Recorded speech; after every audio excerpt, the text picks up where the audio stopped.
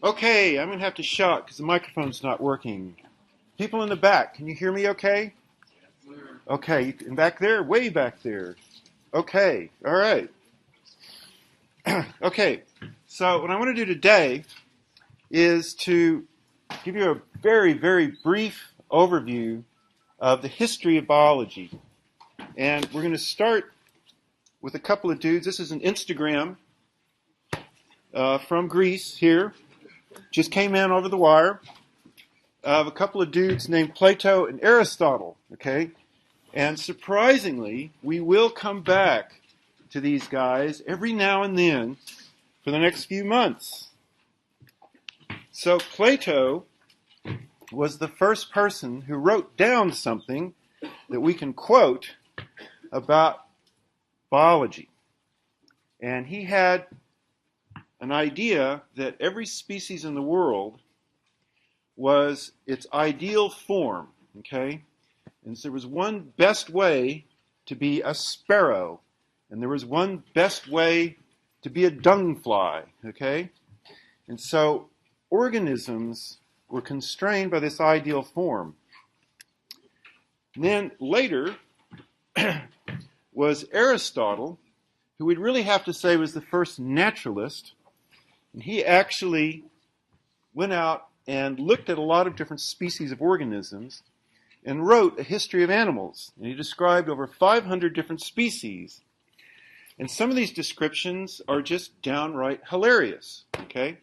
So we will laugh at poor old dead Aristotle every now and then as we go along. Now, Aristotle had this view that he derived from Plato that he referred to as a scale of nature. Okay, so you could organize all living things from the bottom to the top, okay, and that these lower organisms would move up a great chain of being through their continuous striving for perfection, okay? So he conceptualized that life was always originating from nothing, okay, replacing the primitive forms that were always struggling to be better, more perfect, and move up this chain of being, okay? So you'd have plants going to be higher plants to be jellyfish and insects and clams and lobsters and squid and fish, and they'll become, then finally humans. Phew. And then somehow humans were going to make it to perfection. Presumably that was Aristotle himself, okay? So the idea is that things would change, sort of, but only by passing through predetermined stages, okay? That you would go from being the perfect jellyfish to being the perfect spider, okay? And from the perfect spider, you'd be the perfect snail. Go figure. Okay, well, that was the idea. Okay, so that's the ancients. Now, in the Middle Ages, we have not a whole lot happening in Europe because of the Dark Ages, but in the Arab countries, there was a lot of scholarship. And there was this very, very famous scholar, Ibn Sina, also known as Avicenna, who lived around the first millennium. And he wrote a lot of very interesting things, including the Book of Healing. And he was a physician. He was also the father of the whole field of geology. And the important concept that he wrote down and formalized was the idea of uniformitarianism. So that if we were to drop a ball today, it would fall, and those same forces would have been acting a long, long time ago. And they would also act in the same way a long, long time in the future. Okay, so forces that we can see today must have been going on before there was anybody there to see them. And he also developed the law of what's called superposition. Okay, that if you go out to a cliff and you look at the rocks in the cliff, that at the top, those rocks are younger, and at the bottom, those rocks are older. So there's a sequence. There's a chronology through time according to where they appear in the sequence of rocks. And these ideas are still accepted today. We will not laugh at Avicenna like we're going to laugh at Aristotle. Okay? Then, before he became a mutant ninja turtle, there was an Italian guy named Leonardo da Vinci who, during the Renaissance, had a lot of things to say about a lot of stuff. He really was a most remarkable man. And he traveled a lot. He hiked around. He saw nature. And he had some very, very good insights about fossils high in the mountains. He says it must be presumed that there were sea coasts where all the shells were thrown up, broken, and divided. Since things are much, much more ancient than letters, it is no marvel if, in our day, no records exist of these seas having covered so many countries. So you look at the Alps, you look at the Rocky Mountains or wherever, and you see fossils high up in those mountains. It must have been that many, many, many, many, many years ago, they were below the ocean. Okay? We don't have a record because we don't have that videotape that's been running through the whole history of Earth, but we can assume that things were very, very different way back when, and that things will have changed. So then we get into the 1700s, and in Sweden, a person that we're going to see more of in the next few lectures, Carl Linnaeus, who kind of follows on from Aristotle in trying to organize a history of life. He was inspired by a series of concepts known as natural theology. So he wrote Systema Naturae, which is a classification of the species that he worked on off and on over a 30-year period during the 1700s. And we'll come back to him because what he did was really quite good. And his motivation, though, was that the study of nature will reveal the divine order of God's creation. And it is the naturalist's task to construct a natural classification that will reveal this order in the universe. So if you go out anywhere, you see all the plants and animals, and you see that some kinds of plants are more abundant or more similar to each other than others, there must be some reason for this. And so by doing this classification, he reckoned this is a good way to understand the mind of the Creator. Okay? Now, by the late 1700s, we really do have a field of geology that's beginning to develop. So William Smith, who lived into the early 1800s, came up with an idea of the law of faunal succession, so that there are fossils in the rocks. And if you go to one of these cliffs that has all these well-marked layers, you can look at the fossils that you find in this layer and look for fossils in this layer. And what you may find is a series of organisms that have been fossilized from this layer here that, according to Ibn Sina, are older than the ones up here. These would be younger. But you find them in the same combination. So this is a trilobite, this is a clam of some sort, a brachiopod, more clams, a starfish. And so you see this assemblage, okay, in this layer here. When you come up to this one up here, it'll be different, okay? But what's important about this is that if you go to another cliff somewhere else and you find fossils, you'll find the same assemblage here below the same assemblage up here. So that there is an order, there is a predictability to these fossils and the species that must have been alive when those rocks were formed. So these assemblages succeed one another through time in a very predictable order. Then modern geology really gets kicked off with the writings of Charles Lyell, another British person, with his Principles of Geology in 1830.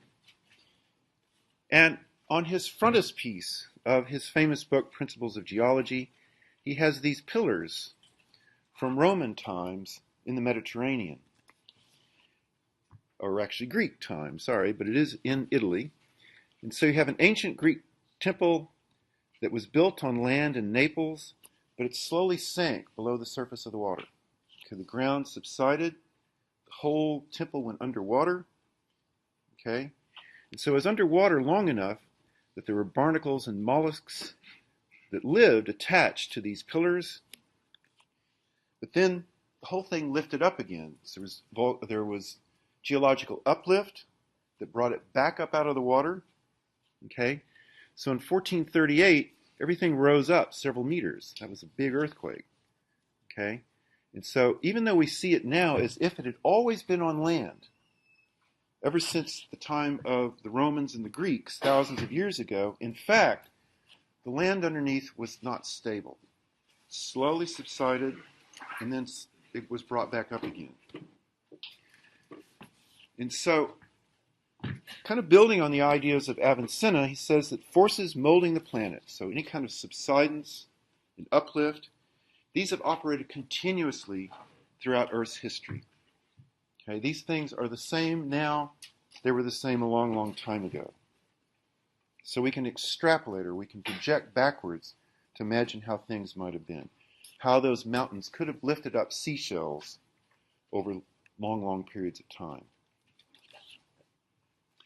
So that's just background now for this really dynamic period of time in the early 19th century in Europe, where people are wondering about where we all came from, what all these species are doing. So they realized that from the fossil record, there were fossils of creatures that no longer existed anywhere on Earth. They appeared sometime during the fossil record, and then they vanished again. They come and go. So people were quite comfortable that species could change, that there might be descendant species from these things that are found in the fossils. Things did not seem always to be perfectly constant. Big question, the big quest in the early 19th century was trying to find the mechanism of evolutionary change. What caused species to change? The first person who had a coherent idea on this is from France, Jean-Baptiste de Lamarck, who again lived in the 1700s to the early 1800s. And he wrote a very important book, Philosophy of Zoology, in 1809. And he was the first to explicitly say, well, you can start out with an organism looking like one thing, and through time it may change so dramatically, it looks entirely different. So then he says, do we not therefore perceive that by the action of the laws of organization, nature has in favorable times, places, and climates multiplied her first germs of animality, so the simplest or original little animals, and increased and diversified their organs? Then, aided by much time and by a slow but constant diversity of circumstances, she has gradually brought about the state of things which we now observe. How grand is this consideration, and especially how remote it is from all that is generally thought on this subject. So what he's saying is you have very, very simple organisms that are found in the fossil record that with enough time gradually changed to give rise to birds and lizards and bugs and people. Okay, all that diversification through all this gradual change. And that last sentence he's saying is actually this could just happen on its own in nature. We don't need a divine creator to sort of have a spark of lightning coming down from the sky. This could happen on its own. But what was the mechanism that he proposed for evolutionary change?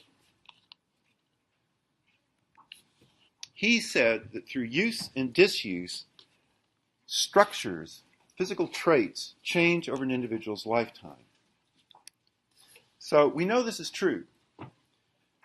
Arnold Schwarzenegger, the former governor of California, did not look like this when he was 13. Okay? Now, he did get help with, drugs that are not allowed in international competition, but he still had to work at it, okay? He still had to pump iron to get those guns, okay? And so here's a man who definitely used certain parts of his body a lot, okay? So we know that physical characteristics can indeed change through use and disuse. Lamarck's correct about that. Okay. Then he said that these acquired characters are passed on to descendants. Has anybody ever seen The Children of Arnold Schwarzenegger? Okay. They didn't get the physique. Okay. Those are his wife's children, and that's his maid's child. Okay. But none of them have grown up to be looking like the governor. Okay. So those traits are not passed on.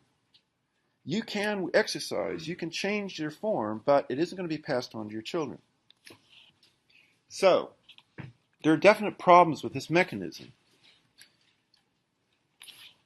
Many societies require that men get circumcised, okay?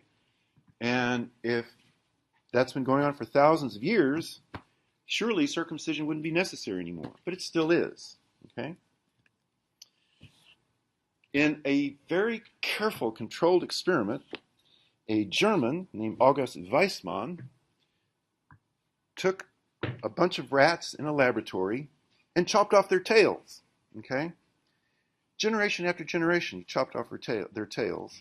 But baby mice, baby rats, were still born with tails. So even though their parents had never used their tails because they hadn't had them because they'd been chopped off, babies are still born with them. Okay? And on a more theoretical basis, that would be a terrible mechanism for evolution. Because a lot of the things that happen to us, it's great when you can build up muscle mass, super, but what happens if you break a leg? Does your broken leg get passed on to your children? That would be a really terrible way to have traits be passed on. So the answer is, to Lamarck, you're right that things certainly change through time, and you're also right that you can modify the shape of your body, but it isn't passed on. It's not inherited. So,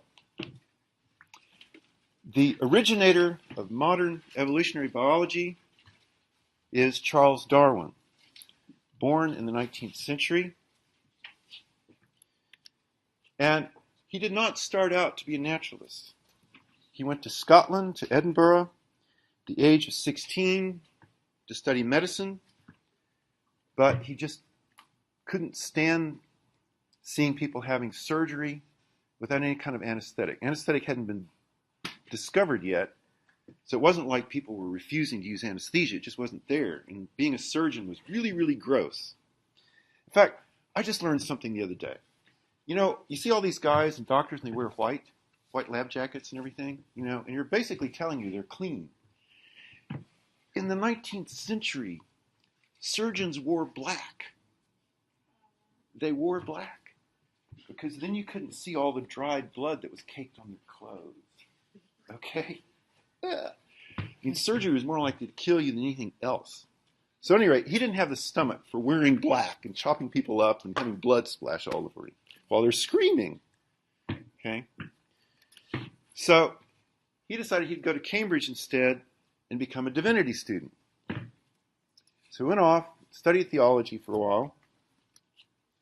And then, after he graduated from college, he joined the Royal Navy, the British Navy, and worked as an unpaid naturalist when he was 22 years old. So not much older than you guys, or even as some of you.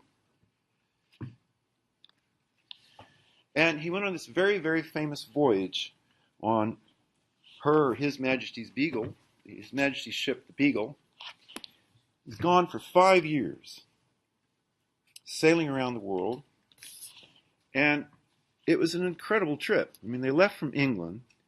They went down to South America, all the way down to Cape Horn, messed around the Falkland Islands, went around the Galapagos, Tahiti. Well, that's lucky. Then he goes over to New Zealand, Australia, around Africa. We missed South America. Let's go back. And then they go back up to England. So in 5 years. And then also they went up and down the coast of South America several times. So really a lot. And every time they went to shore, he would go in on an expedition and collect specimens on behalf of the ship. So while he was there, he was the first person to really see all the incredible diversity of life that's on the Galapagos Islands. We're going to talk a lot about Galapagos in this course, and we'll first go in detail in the second half of this lecture. Here's one of the iguanas. These things are marine iguanas. They dry out on land, but then they swim around and catch their dinner. And then there are these finches that live on the Galapagos Islands. Both of these are found nowhere else on Earth except the Galapagos. He was the first to describe a series of small seed-eating and other kinds of birds called finches that were later named after him as Darwin's finches. And so there were little ground finches, cactus finches, vegetarian finches. So, I mean, these are eating bugs, some are eating seeds, etc., etc. And while he was there on the Galapagos, he began to think about what it all means, because these are species that have never been described by anyone before. He's the first person to look at these animals. And he notices that there are this dozen or so different species, and each species has its own characteristic beak. Some are big, thick, and heavy, and some are very thin and sharp. Okay? And these crack tough seeds, so they need that in order to get their food. These probe into little nooks and crannies and pull out insect larvae. Okay? So he's thinking about how these animals are able to cope with the needs of their diet, and it's very obvious from the shape of their beak. While he was there, he was thinking, well, you know, it's not easy to get over to these islands. They're some distance away from the mainland of Western South America, and it's possible that they were just colonized once with some birds that somehow got blown over here in a storm. And they were here long enough that eventually their ancestor gave rise to these different groupings. Some that are like warblers, some that are like woodpeckers, some that eat insects, and some that are on the ground and eat the seeds, etc. Okay? And so this is his family tree. And one of the most famous drawings in science is his first little rendering of this tree for the Galapagos finches, recognizing there must have been a common ancestor and there was diversification from the single ancestor to all the currently existing species on the islands. So he's there with the idea of a common ancestry giving rise to this diversification. So he's really enthralled by what he saw with these finches in the Galapagos, but when he's traveling around, he notices other larger scale patterns. For example, in South America, there's a lot of different kinds of armadillos, okay? And these aren't found anywhere else on Earth. There are no armadillos in Asia or Africa or Australia, just in the Americas, mostly in South America.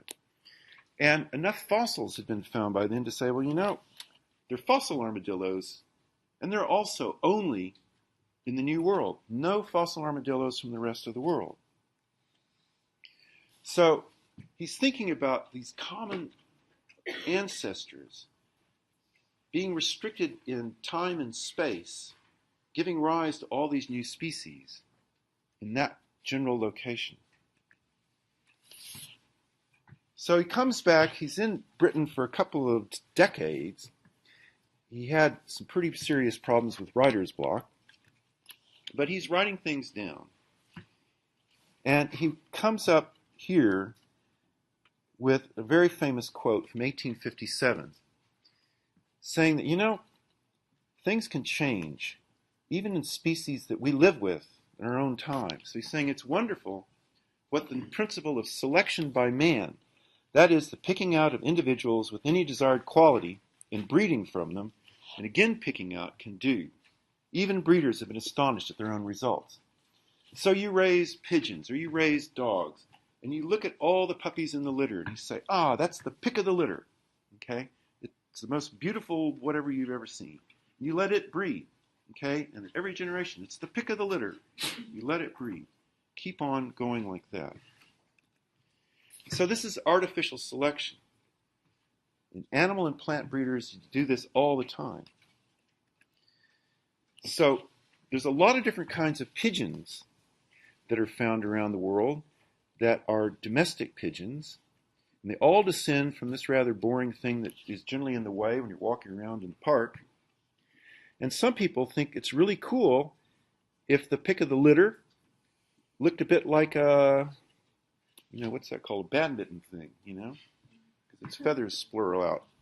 And other people think, ooh, snowshoes, okay? And you keep picking out the little one that has the stupidest feet, okay? And another one that looks like it swallowed a grapefruit or something, okay? And people, for some reason, think that's really cool, and they keep getting it more and more exaggerated, and it will become more exaggerated generation after generation, okay? So all these 6 or 7 different kinds of varieties of pigeons are all the same species, and they descend from the rather bizarre hobbies of pigeon fanciers, okay? So that's artificial selection. Same thing has happened with dogs, okay? So a Great Dane and a Chihuahua are the same species. They're Canis familiaris. They're both dogs. But some people thought that was cool. Some people thought that was cute, okay? And the pick of the litter every time gets different.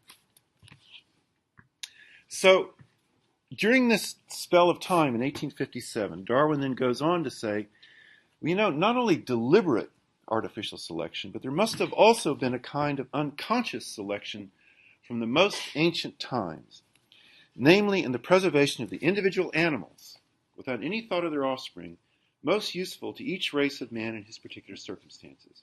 So he's saying, even though you're not deliberately trying to get a pigeon to look like it swallowed a grapefruit, you might have said, oh, that's a really cute puppy. And they just always kept taking out the cute puppy, okay? And particularly this would have been going on with plant breeding. Okay? You may be amazed to know that cauliflower, broccoli, cabbage, Brussels sprouts, kale, kohlrabi are all descended from the wild mustard, Brassica oleracea. Okay? And this had been done already by the time of Aristotle. Aristotle could have gone out to dinner and had cabbage or kale or kohlrabi. Okay? And that had been achieved by the artificial selection of plant breeders from this wild mustard plant. Okay? And whether they were deliberately trying to produce broccoli or Brussels sprouts, we don't know, but they didn't have to, as long as they thought, oh, I just like that, I just like that. In Mexico, even earlier than this, the Native Americans ended up domesticating a small grass called teosinte, which had this simple little head of seeds, and that's where corn comes from. Okay? So plant breeders have been doing this. They can deliberately or unconsciously produce things that eventually have exaggerated traits like this. The modern corn plant is very, very hard to recognize as teosinte. Okay? You have to know a lot to be able to make that comparison, which we can do. But the point is that these things change enormously through deliberate selection on certain traits. Okay, so also in the 19th century came along really the father of modern ecology in a way, the Reverend Thomas Malthus, who wrote, and this is the title of this thing, an essay on the principle of population as it affects the future improvement of society with remarks on the speculations of a bunch of people. Okay? This was written in 1798. So the Reverend Malthus very famously said, it is an obvious truth that population must always be kept down to the level of the means of subsistence. I mean, by definition, there's only so much food to go around, and the population may start out well with a lot of food per person, but as the population grows, it's going to reach a limit. Okay? So it's an obvious truth that population must always be kept down to the level of the means of subsistence. So Darwin, 40 years later, in October 1838, I happened to read Malthus on population, and being well prepared to appreciate the struggle for existence. And this is because he'd been out a lot, trekking around in South America, New Zealand, and other places, and seeing how It's very hard for animals to be able to survive from one year to the next. So being well prepared to appreciate the struggle for existence, it once struck me that under these circumstances, favorable variations would tend to be preserved and unfavorable ones to be destroyed.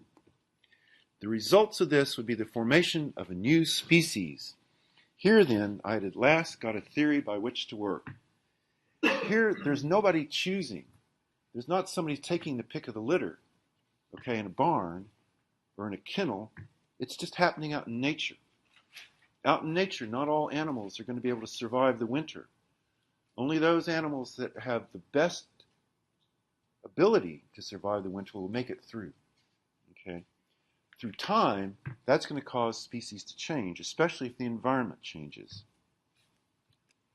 So, here we have tons of different kinds of insects, of beetles. And Darwin looks at that now and he says, well, let's imagine what Lyell was thinking about in geology, bring it to biology. And he says species, like geological features, evolved gradually. He's imagining vast periods of time, the same processes we see now, some individuals surviving and some not making it, that going on repeatedly, generation after generation, for phenomenally long periods of time, will allow species to evolve. Like the shifting and rising and falling of land, the forces of reproduction, inheritance, and competition gradually produced the diversity of life on Earth.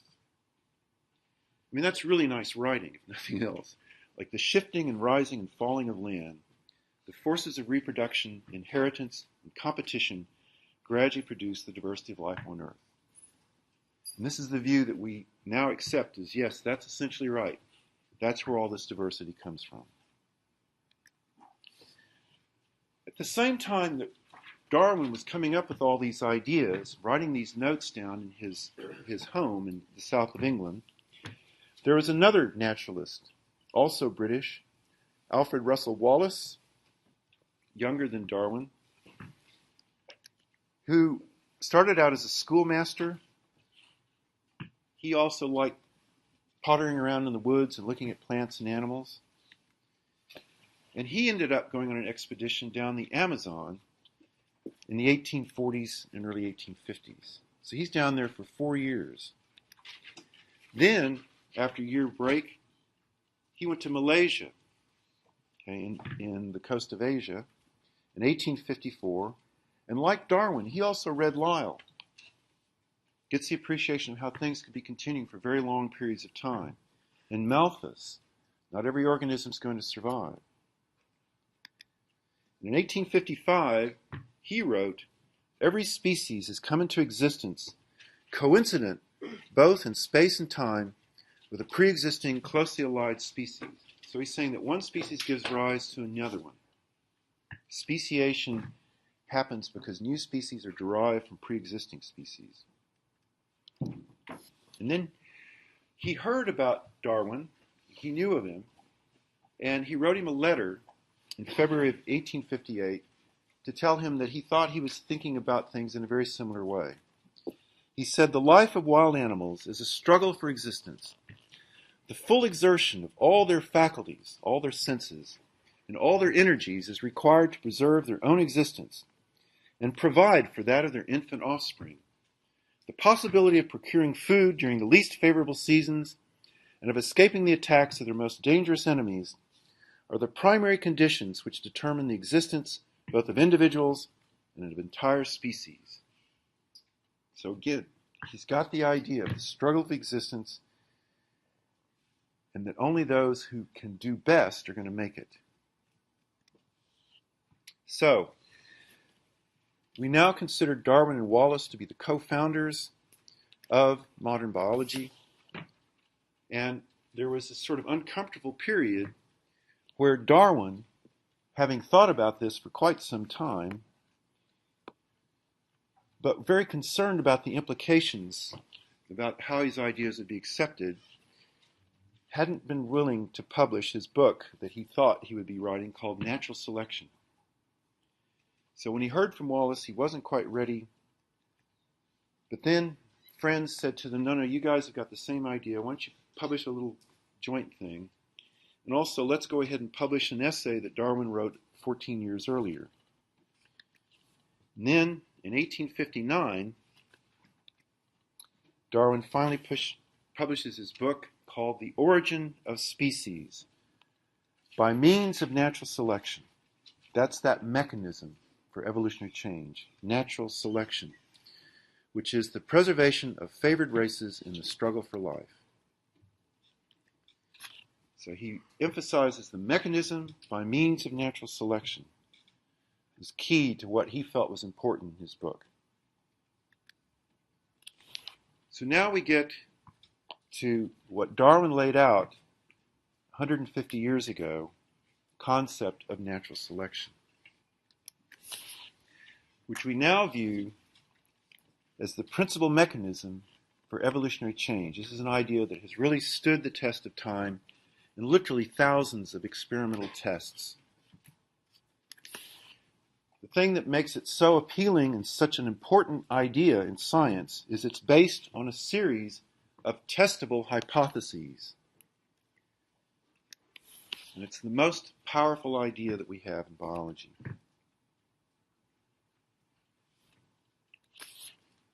So, but first, we're not going to take a quiz today, but I did want to play a little.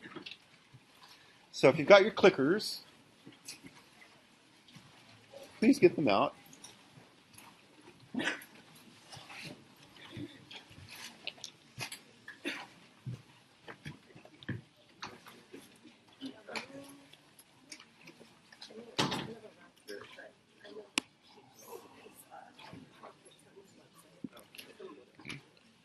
So I'm going to pose questions on the screen, and then you're going to answer with your eye clicker. Okay? So we'll then actually see the results. So it's kind of fun, actually. And then, because I'll display the results on screen, so you'll see where your vote was compared to everybody else's. Okay? And especially when we get a lot of wrong answers, then we'll make sure and talk about where people went wrong. Now, on an actual quiz, each question is worth 1 point. So those 270 points I talked about on Tuesday that you get 1 point for each correct answer. So that's not going to happen today. So all you do, turn on your clicker. This is the old one. I think the new one must be pretty easy to put on. And then you just choose between A, B, C, D, and E. That's it. And I hope these new ones work the same way. We'll play. We'll find out. But you should get a green light if your vote was sent, and I've got it up here. So the vote's going to be received up on this little thing up here.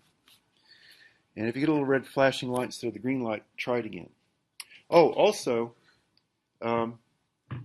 if you were impulsive, and I said, oh, it's B, ding, and you say, a fool, no, it's a C. You can do it. You can change it. So your vote, the most recent vote you make is the one that gets counted. Not your first one, but your final one. So if you change your mind, you can do it. Okay? Okay, so I'm going to turn on this thing. So this is how it works. See this little thing down here? This is me. And when I hit this, you have 30 seconds to tell me where you're from.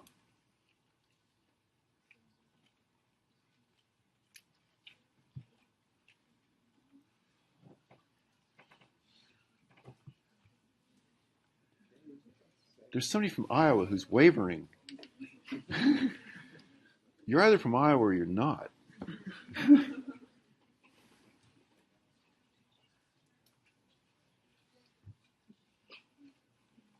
Okay. Oh, well, stop. Okay, that's plenty of time. Okay. So there's the vote.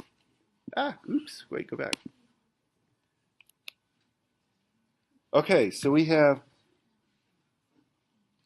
53% are from Minnesota. At least 53% of clickers are working. We got 12% from Wisconsin. Come on, yell. They don't dare. It's okay. You're safe here. You're safe here. It's okay. Dakotas. We got Dakotans, please. North or south? North. All right. That's cool. Okay. Elsewhere. A lot of elsewheres. Where are you guys from? Elsewhere. China. What? Connecticut. Montana. It's almost where? Nevada. Florida. South Carolina? Oh, Southern California. Whew. Good. It's all right. You can be from South Carolina.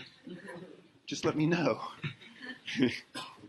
Okay, let's have a diverse group. California and Florida. Why are you here? Are you prepared for the winter? You Californians and Floridians? You okay with the winter? Ah, okay. That's about 20% of what it's gonna be like here. Okay. All right. Okay.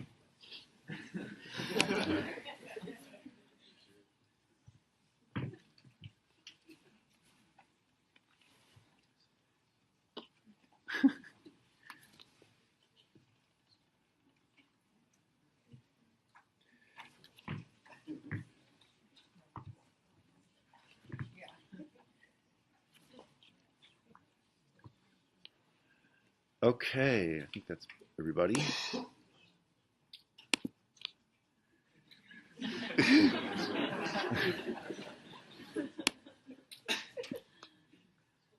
That vaguely looks like you guys are flipping the bird, but you know.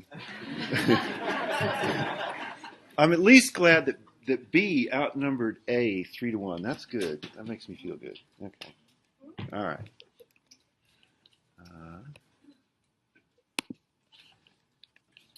Okay, this is just an A or B. Curious about this one because I got a lot of emails. Now, there's a number of people voting C. You might want to reconsider that vote.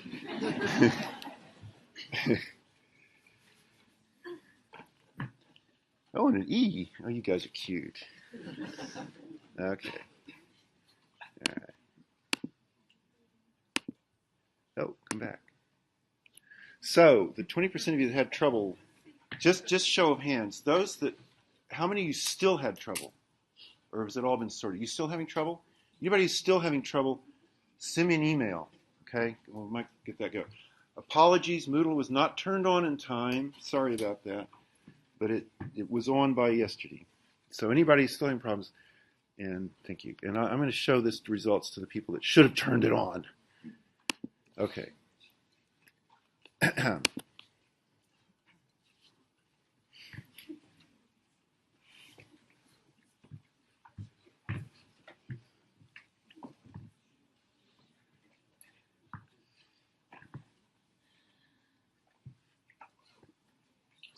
I'm not recording your names on any of these. You can be honest. It's okay.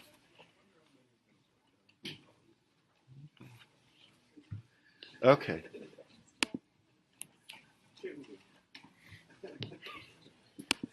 So, okay, you all registered. Wow, okay. I'll check on that. Those who haven't, so B, those who answered anything but A, do get this done because we'll definitely have a quiz sometime next week. Okay. Might even be on Tuesday. I don't know. Okay. Okay.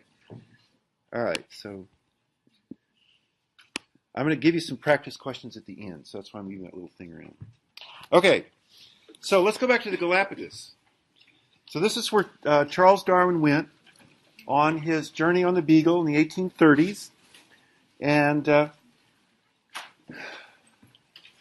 there was even a Russell Crowe film that came out a few years ago, Captain and Commander or something. And Russell Crowe was not Charles Darwin. He was somebody else. At any rate, there's a lot of beautiful photography of the Galapagos. Otherwise, the film is kind of boring, but it's a really cool place. And there's a series of islands, and just for a moment, you don't have to memorize these names. I just want you to get the idea that this is a long way off the coast of Ecuador. And so here's an island called Fernandina, Isabella, James, Santa Cruz, Marchena, Pinta, whatever. And so you can see they're different sizes. Some are fairly close to each other, but they're all islands, okay? And so this little series of islands like this, in the same general area, that's an archipelago, okay? So this is an archipelago of islands. And we're gonna talk about Darwin's finches a lot for the rest of the class today. And we'll come back to them a couple of times in the rest of the course. It's nice to have a mental picture of this little archipelago of islands out in the middle of the ocean. Okay? And the people we're going to talk about today are a couple, Rosemary and Peter Grant, who published this book quite some time ago now on the ecology and evolution of Darwin's finches. And it's a really classic study because it's a lovely, lovely example of natural selection in action. And Darwin's finches and Darwin himself, of course, are so essential to our view of the Galapagos Islands that there is a scientific station, Charles Darwin Research Center, on the islands. Okay, so let's go back to what Darwin was saying earlier about how each one of these species has a beak that reflects its lifestyle. Okay, and so you have this one, big heavy beak, which I guess is this, Platypus spitza, and people like to compare these beaks to like pairs of pliers. And so these are really strong gripping pliers, okay? And these can really crush things. But then you've got this pointy-beaked one, which I hope is this one, but I don't really care, Certhidia, because it's just a bird with a thin beak. And it's like needle-nose pliers. So it's good for holding things, but you can't really crush things in those. But you can grab them. Those are really good at grabbing things. Okay? Okay. So now we want to be thinking about birds' beaks in the perspective of Darwin's theory of evolution by natural selection. So first from Malthus is the idea that more individuals are born than can survive to reproduce. And this is absolutely true in everything, okay? I mean, if you've ever opened a can of garbage and you happen to see a pile of maggots in there, okay, not all those maggots are going to grow up, okay? I mean, the world would just be wall-to-wall maggot after a while, so there has to be a limit, okay? That wasn't a very friendly picture, but never mind. With these birds in the Galapagos, you go down there, you'll often see that, you know, there were more babies born than there's food to support them. And so I do care about this species name. This is Geospitza. We're going to see Geospitza fortis. So it's just a name you'll see. And this bird is suffering from malnutrition because there just wasn't enough food. So it's starving to death. Okay? This is out in nature. There's nobody there with a bird feeder. They've got to find their own food. And there isn't enough for everybody. So this one isn't going to make it. Secondly, individuals vary in most traits. And just look to the person to the left of you, please. Does that person look like you? No. Okay. You all look different from each other. Okay. Unless there's any identical twins in here. Okay, great. You're all different from each other. Okay. You all possess slightly different traits. You're taller, you're shorter, you're darker, you're lighter. Okay. You're left-handed, you're right-handed, whatever. Okay. You're all different from each other. Okay. Now, in this species of Darwin's finch, we see that they all vary in the size of their beak. That very important implement that helps them get their food. Okay, they've got to crush the seeds with their beaks. That's all they've got to feed themselves with. Okay, some have got bigger beaks, wider, longer. Others have smaller beaks. So this is an array of birds of various different beak sizes. And these are actually several different species on a continuum. But these, between 8 and 13, these are all 6 different individuals of Geospitza fortis. Okay? That beak's bigger than this one. This beak is different from that one. Okay, they're all different. Okay. Third, individuals with certain traits are more likely to survive and reproduce. Okay? So, this is the cool thing. The reason this is a classic study is that they've been following these birds and measuring them for quite some time.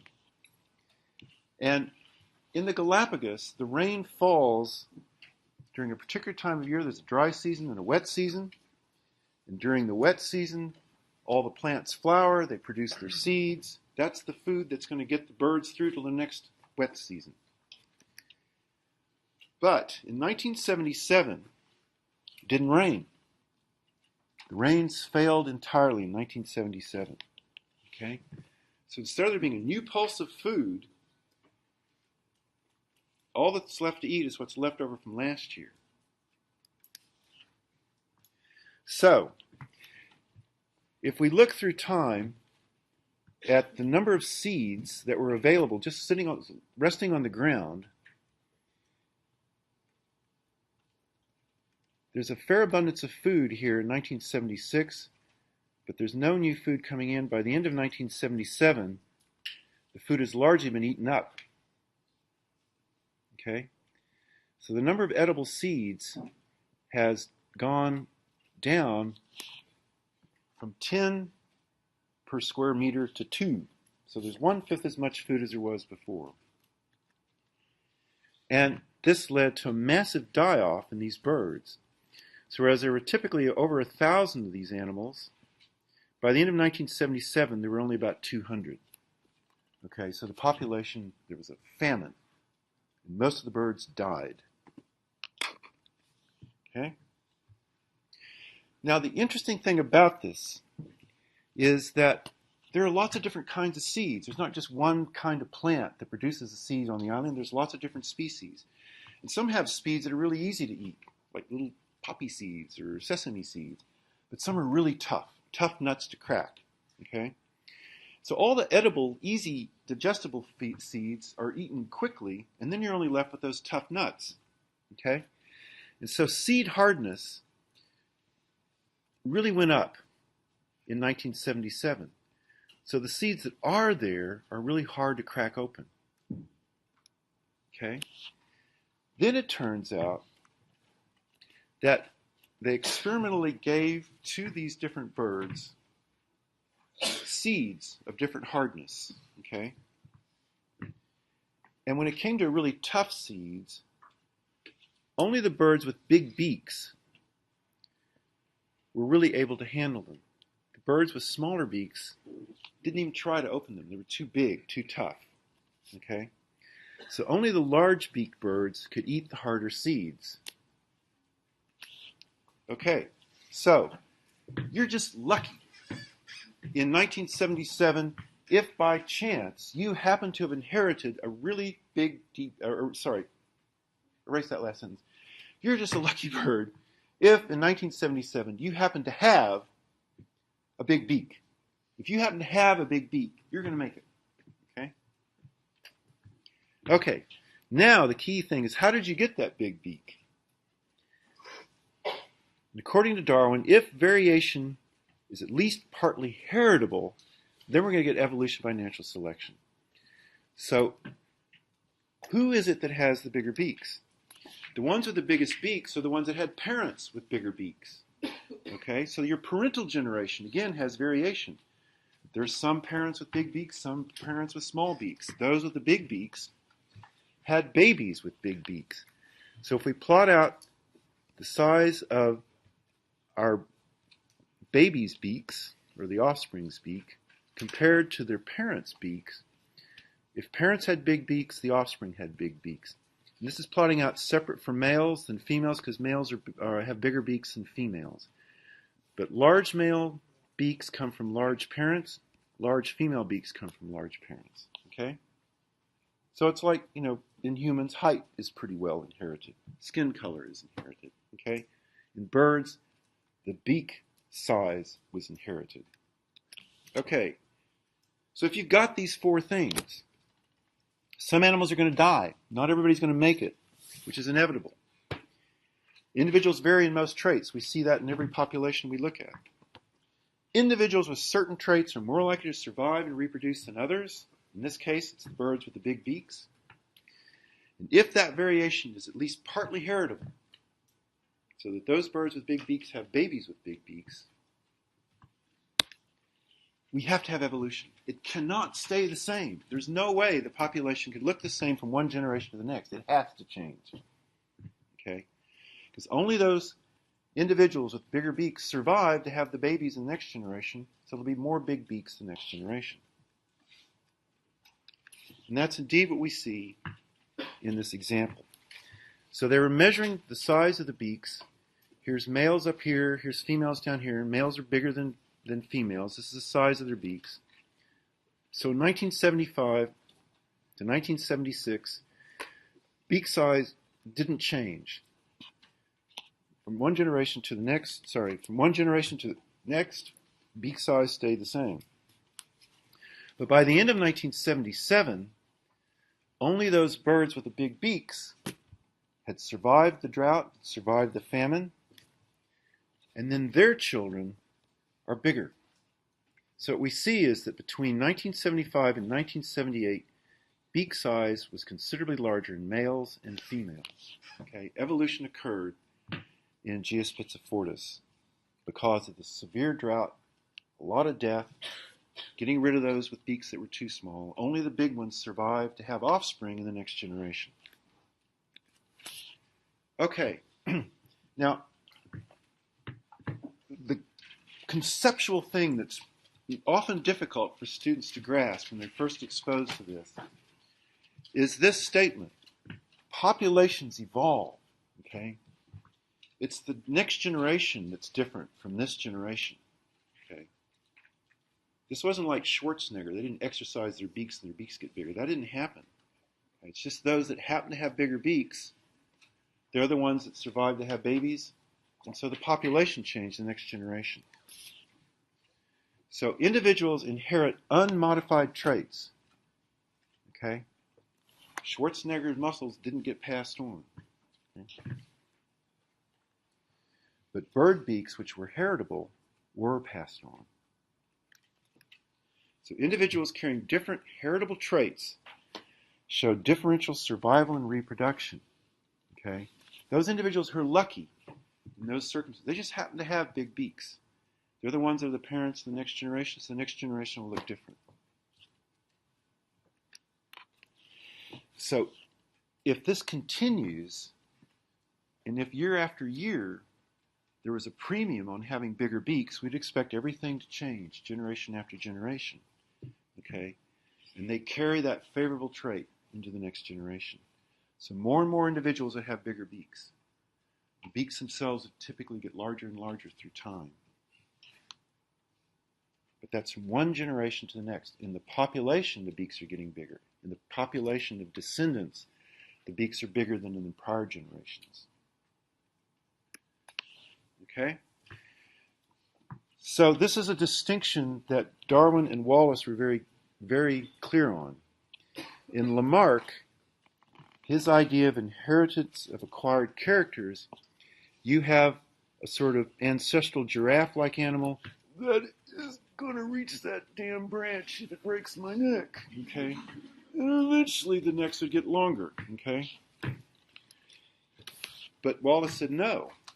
He said, neither did the giraffe acquire its long neck by seeking to reach the foliage of the more lofty shrubs and constantly stretching its neck for the purpose, but because any varieties with a longer neck than usual secured a fresh range of pasture, in other words, a new source of food, over the same ground as their shorter-necked companions, and on the first scarcity of food, were thereby enabled to outlive them.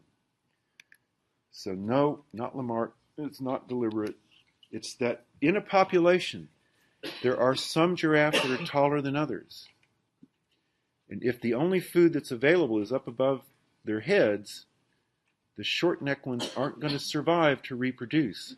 Only the long-necked ones will have offspring.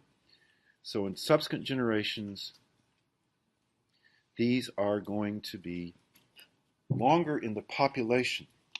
Okay? So instead of inheritance of acquired characters, it's inheritance of pre-existing characters. Already somebody had a longer neck than somebody else. So in the next generation, more have longer necks. In the next generation, even more have longer necks. But it's one generation to the next. Okay? So, we often kind of views Lamarck as a whipping boy, to say, oh, silly man, he was wrong. Schwarzenegger's babies are just the same as anybody else's.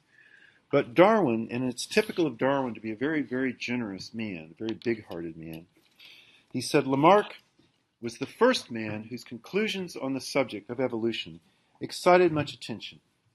This justly celebrated naturalist first published his views in 1801.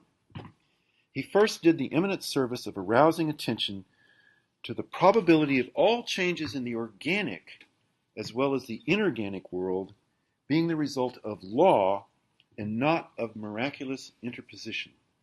So, in the same way that by then geology was recognized as understanding how mountains could rise and fall, Lamarck said, well, species can change too. So that's what Darwin is recognizing. And also, the fact that Lamarck didn't say it was the hand of God that was turning a sparrow into a cardinal, but it was natural processes, just things that are inherently happening within living things. So Darwinian evolution is the change through time in the proportion of individuals in a population that possess a heritable trait. Okay? That's what happens. It's that when you look at things from one generation to the next, oh, this generation's different from the prior generation. Okay? Definitely. And that's evolution.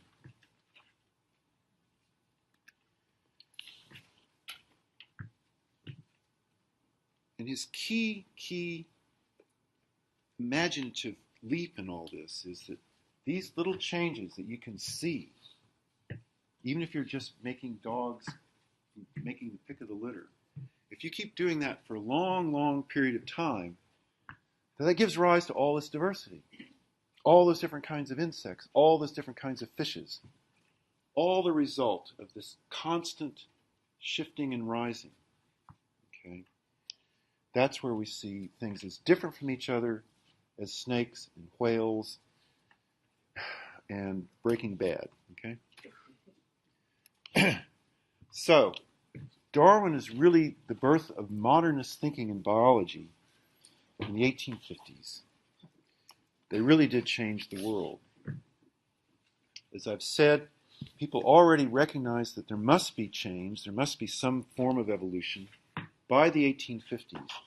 But he was the first to recognize natural selection as the primary mechanism for evolutionary change.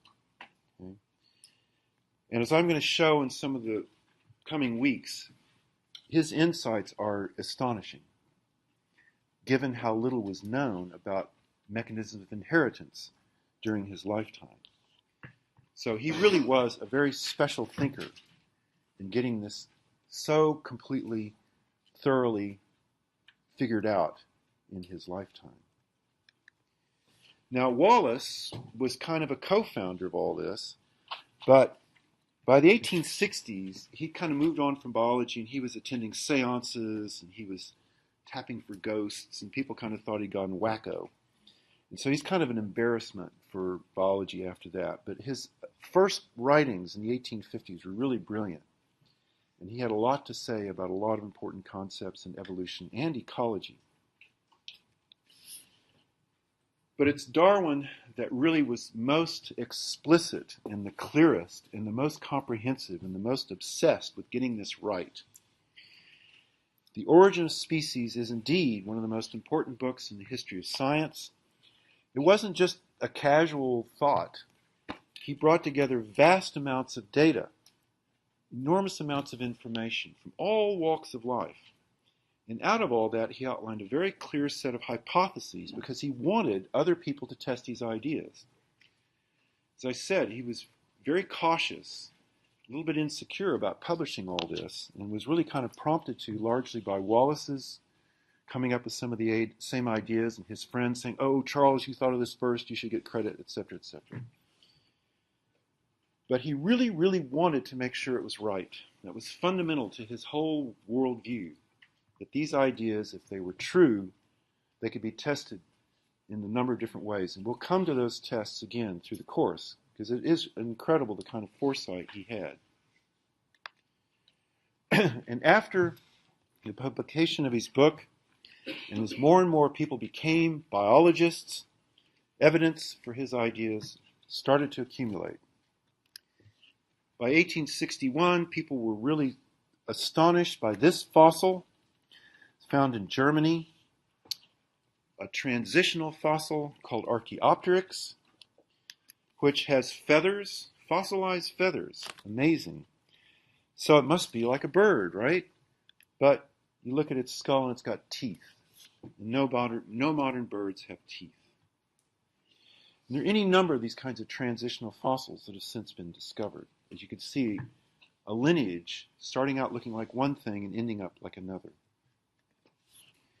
Darwin was the first to propose a common ancestry for all living things and an evolutionary tree of life. The Origin of Species is a very well-written book. I mean, he wrote it for a non-specialist because there weren't any biologists yet. So he was trying to speak to the general public. But in that book, there's this one illustration, and that's this drawing of an evolutionary tree. And so he said the affinities or the relationships of all the beings of the same class have sometimes been represented by a great tree. I believe this simile or analogy largely speaks the truth. The green and budding twigs, it's up here, may represent existing species, and those produced during former years may represent the long succession of extinct species.